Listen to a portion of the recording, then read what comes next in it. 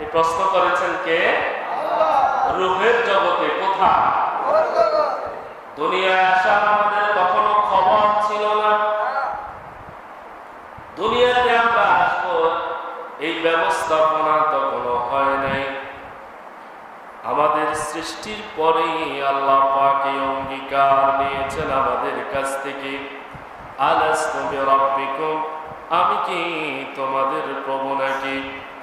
সেদিন সব আত্মা একসুরে বলে দিয়েছেন, ক্বালু বালা, আল্লাহ আপনি আমাদের রব।